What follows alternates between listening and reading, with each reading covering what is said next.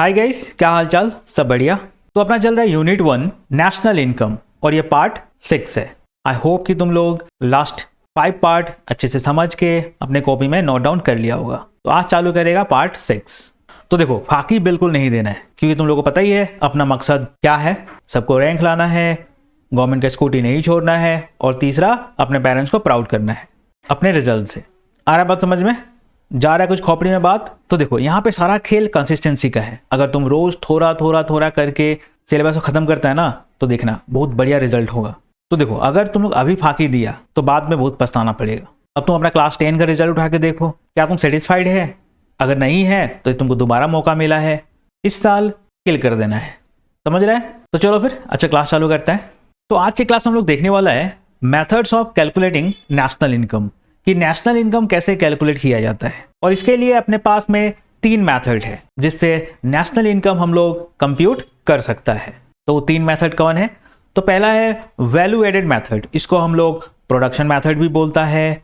दूसरा है expenditure method और तीसरा है इनकम मेथड। तो एक एक करके हम लोग तीनों मेथड देखेगा कि ये क्या है और इसे कैसे नेशनल इनकम कैलकुलेट किया जाता है। तो देखो, वो 3 मेथड ये है। तो सबसे पहले हम लोग देखेगा प्रोडक्शन मेथड, जिसको हम लोग वैल्यू एडेड मेथड भी बोलता है। और इस मेथड से क्या निकलेगा? जीडीपी एमपी या फिर जीबीए एमपी, दोनों का मतलब सेम होता है। तुम इसको gross domestic product at market price बोलो या फिर gross value added at market price बोलो, दोनों का मतलब बिल्कुल सेम है। तो सबसे पहले हम लोग देख रहे हैं वैल्यू एडेड मेथड, जिसको हम लोग प्रोडक्शन मेथड से भी। तो देखो ये क्या है और ये क्या बोल रहा है। The value added method calculates national income by adding the value added by all producers at each stage of production in the domestic territory। तो इसमें करना क्या है? अगर हमको वैल्यू एडेड निकालना है मतलब तो क्या करना पड़ेगा? Value of output minus intermediate consumption करना पड़ेगा। अब ये क्या है, कैसे है, वो हम लोग आगे देखता है। तो पहले यहाँ पे कुछ इंपॉर्टेंट चीज़ें वगैरह समझ जाओ। ये वैल्यू ऑफ आउटपुट क्या होता है? तो वैल्यू ऑफ आउटपुट का मतलब होता है sales plus change in stock. और ये चेंज इन स्टॉक क्या है? चेंज इन स्टॉक मतलब closing stock minus opening stock. समझ रहे हैं? वैल्यू ऑफ आउटपुट के अंदर क्या रहेगा? Sales plus change in stock, इन दोनों को मिला के बनता है वैल्यू ऑफ आउटपुट। और ये इंटरमीडिएट कंजम्पशन क्या है?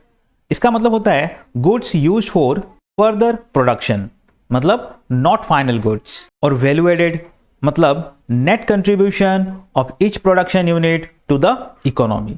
तो आगे देखो स्टेप्स, किस हिसाब से हम लोग यहाँ पे काम करने वाला है। तो सबसे पहले क्लासिफाई प्रोडक्शन यूनिट्स, मतलब divide the economy into primary, secondary and tertiary sector. इसके बाद आता है कैलकुलेट जीबीए एट एमपी, मतलब gross value added at market price. और ये कैसे निकलेगा? Value of output minus IC, मतलब intermediate consumption, add up GVA of all sectors to get GDP at MP. इसके बाद adjust to get national income, मतलब NNP FC. अगर हमको नेशनल इनकम निकालना है तो हमको क्या करना पड़ेगा?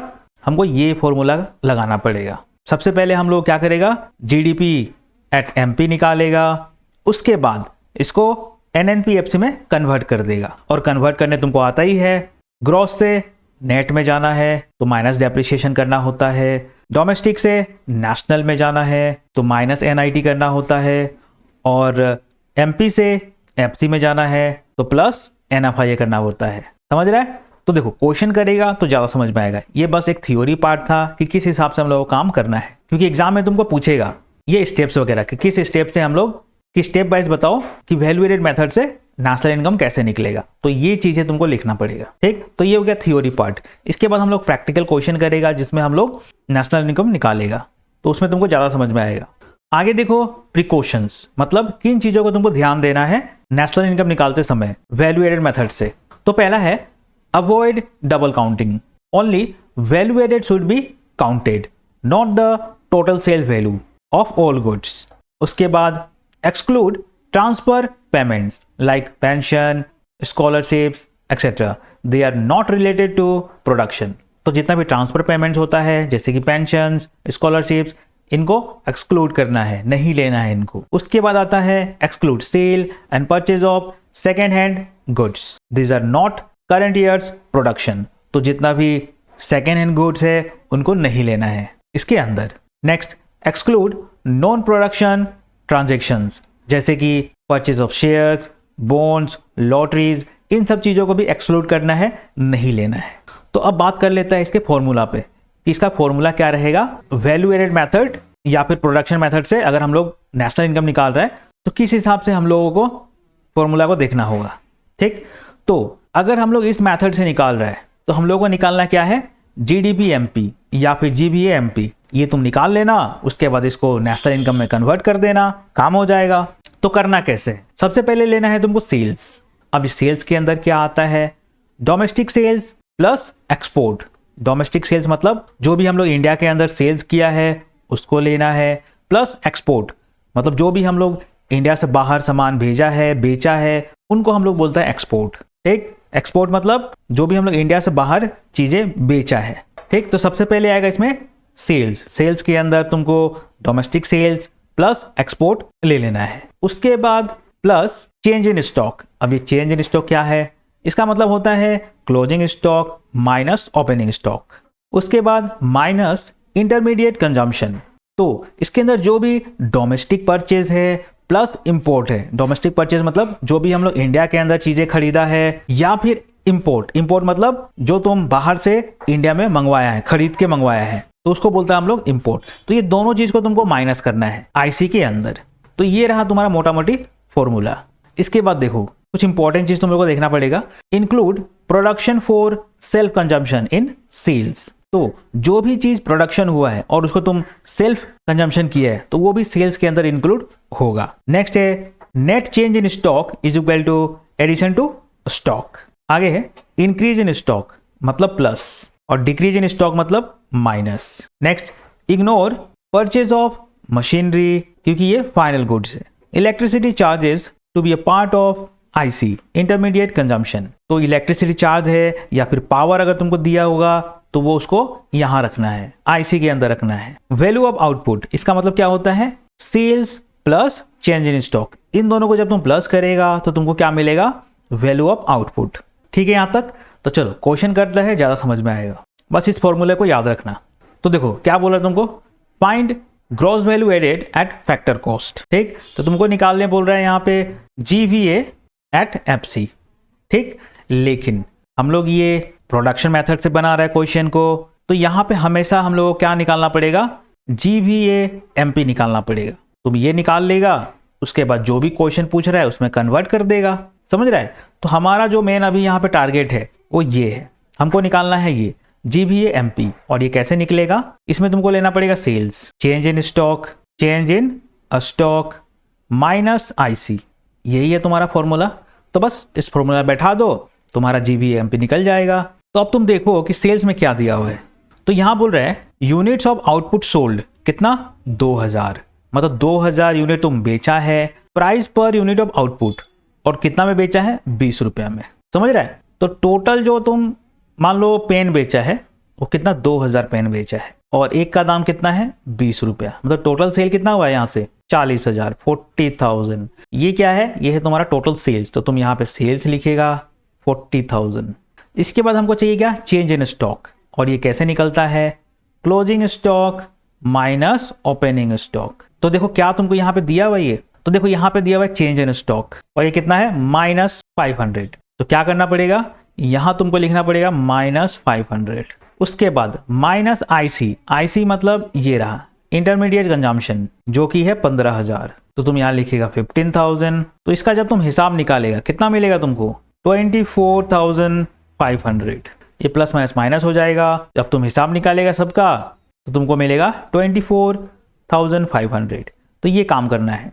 तो यहाँ से तुमको क्या मिला, यहाँ से मिला तुमको जीवीए एमपी, लेकिन हमको निकालना क्या है, हमको निकालना है जीवीए एफसी निकालना है। और मेरे पास में क्या है, मेरे पास में है जीवीए एमपी, ये है मेरे पास, हमको यहाँ पहुँचना है तो हमको कन्वर्ट करना पड़ेगा। तो देखो जीवीए दोनों सेम है, बस यहाँ पे मार्केट प्राइस है और यहाँ पे एफसी में हम बैठा हुआ है, तो हमको मार्केट प्राइस से एफसी में जाना है। तो क्या करना पड़ेगा, -NIT करना पड़ेगा। तो कर दो, और NIT क्या होता है?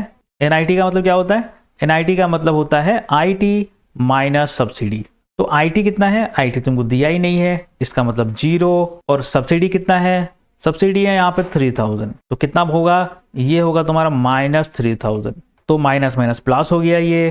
तो 24,500 प्लस 3000, तो 27,500 तुमको मिलेगा। आया बात समझ में? तो एक बार फिर से देखो क्या करना है। अगर हम प्रोडक्शन मेथड से कर रहे हैं तो हमको पहले निकालना पड़ेगा GVA MP।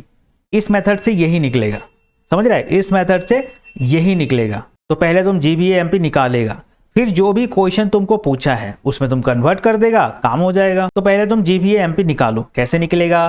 तुमको चाहिए सेल्स, और यहाँ पे बोल रहा है कि तुम 2000 यूनिट बेचा है और एक का दाम 20 रुपया है। तो कितना होगा? 2000 इंटू 20 40,000 होगा। तो ये सेल्स मिल गया तुमको 40,000।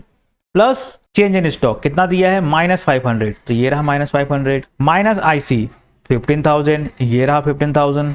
तो इसका हिसाब कितना होगा? 24,500। अब जब तुमको GVA MP मिल चुका है तो तुम इसको कन्वर्ट कर दो, जो भी क्वेश्चन पूछ रहा है उसमें कन्वर्ट कर दो। तो देखो GVA बिल्कुल सेम है, हमको बस ये मार्केट प्राइस से FC में कन्वर्ट कर देना है। तो कैसे होता है? माइनस NIT करना होता है। और NIT क्या होता है? NIT का मतलब होता है IT माइनस सब्सिडी। तो IT तो दिया ही नहीं है, मतलब 0 है, और सब्सिडी 3000 है, तो -3000। तो कितना होगा? 24,500। ये माइनस माइनस प्लस हो जाएगा, प्लस 3000। तो यहाँ मिलेगा तुमको 27,500। ये है तुम्हारा फाइनल आंसर। ठीक है, यहाँ तक आ रहा है बात समझ में? अब देखो ये है नेक्स्ट क्वेश्चन, और ये है तुम लोगों का होमवर्क। इसको तुम खुद से बनाओ, और जो भी आंसर आता है कमेंट बॉक्स में बताओ। तो ये तुम लोग खुद से बनाएगा। नेक्स्ट क्वेश्चन देखो क्या बोलते हैं। Calculate NVA at FC। मतलब तुमको क्या निकालना है? NVA एट FC निकालना है, ये तुमको निकालना है, ठीक। लेकिन इस मेथड से हम लोग क्या निकाल सकता है? हम लोग निकाल सकता है GVA MP, बस यही निकाल सकता है। ये निकाल लेगा, फिर इसको इसमें कन्वर्ट कर देगा, काम हो जाएगा। आ रहा है बात समझ में? तो क्या करना है? तुमको चाहिए sales plus change in stock minus IC, ये काम तुमको करना है। तो अब तुम देखो तुमको क्या क्या दिया हुआ है। क्या तुम्हारे पास सेल्स है? ये रहा सेल्स, कितना? 20। तो यहाँ पे 20 लिख डालो। नेक्स्ट क्या चाहिए? चेंज इन स्टॉक, और ये कैसे निकलेगा? Closing stock minus opening stock. तो क्लोजिंग कितना है? क्लोजिंग है 2, और ओपनिंग तो दिया ही नहीं है, मतलब 0। नेक्स्ट क्या है? IC मतलब इंटरमीडिएट कंजम्पशन, और ये रहा IC। ये जो तुमको दिख रहा है यहाँ पे सिंगल यूज प्रोड्यूसर गुड्स, इसी को हम लोग IC भी बोलता है। तो ये कितना है? ठीक। अब तुम इसका कैलकुलेशन कर लो। ये 20 होगा 2, और ये -5, तो 22 - 5 मतलब 17। तो ये रहा तुम्हारा 17। ये क्या मिला? GVA MP मिला। अब हमको इसको कन्वर्ट करना है, किस में? NVA FC में। तो जो तुमको पता है उसको यहाँ लिखो, GVA MP। और क्या चाहिए हम लोगों को? हमको चाहिए NVA FC, ठीक। जो भी चाहिए उसको यहाँ लिखना है। और हमको क्या पता है? GVA MP वो कितना है? 17, ठीक। तो देखो यहाँ पे दिया है G और यहाँ पे है N, तो ग्रॉस से हमको जाना है नेट, तो माइनस डेप्रिसिएशन करना होता है। ये V भी ठीक है, A ठीक है, और ये जो MP है उसको हम लोग FC में लेके जाना है। तो FC में कैसे जाएगा? माइनस NIT, ठीक। तो देखो तुम डेप्रिसिएशन तुमको दिया है, तो यहाँ पे डेप्रिसिएशन डायरेक्टली दिख नहीं रहा है, लेकिन यहाँ पे देखो, यहाँ पे क्या है? Durable producer goods with life span of 10 years, और इसका अमाउंट कितना दिया है? 10। मतलब टोटल जो इसका वैल्यू है 10 है, और इसका लाइफ कितना है? 10।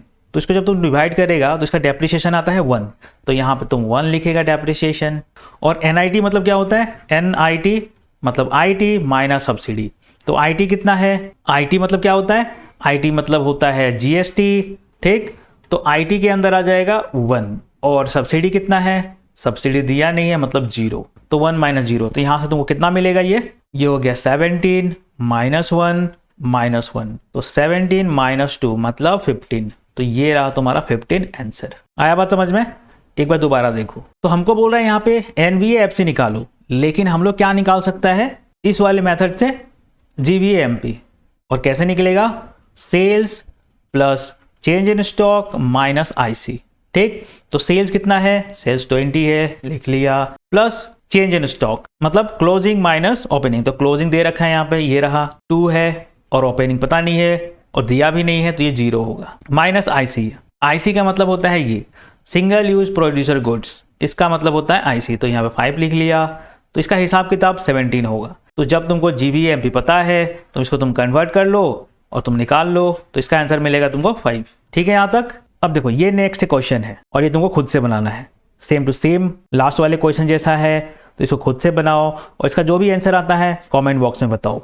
ठीक, तो ये था अपना यूनिट 1 नेशनल इनकम का पार्ट 6। तो अब तुम लोगों का काम यहाँ से चालू होता है। यहाँ पे जितना भी क्वेश्चन है अच्छे से समझ के अपने कॉपी में नोट डाउन कर लो। देखो फाकी बिल्कुल नहीं देना है और रोज थोड़ा थोड़ा करके सिलेबस कंप्लीट करना है, क्योंकि सारा खेल कंसिस्टेंसी का है। एक बार तुम कंसिस्टेंट हो गया फिर देखना किस हिसाब से तुम्हारा सिलेबस आसानी से कंप्लीट हो जाएगा। तो देखो इस साल पूरा जोर लगा देना है, जितना अच्छा हो सके उतना बढ़िया रिजल्ट करना है, समझ रहा है, और एग्जाम में जाके किल कर देना है। ठीक है, फिर अभी के लिए इतना ही रखता है। वीडियो को लाइक कर देना, अपने दोस्तों में शेयर कर देना और चैनल को सब्सक्राइब कर देना। चलो बाय बाय।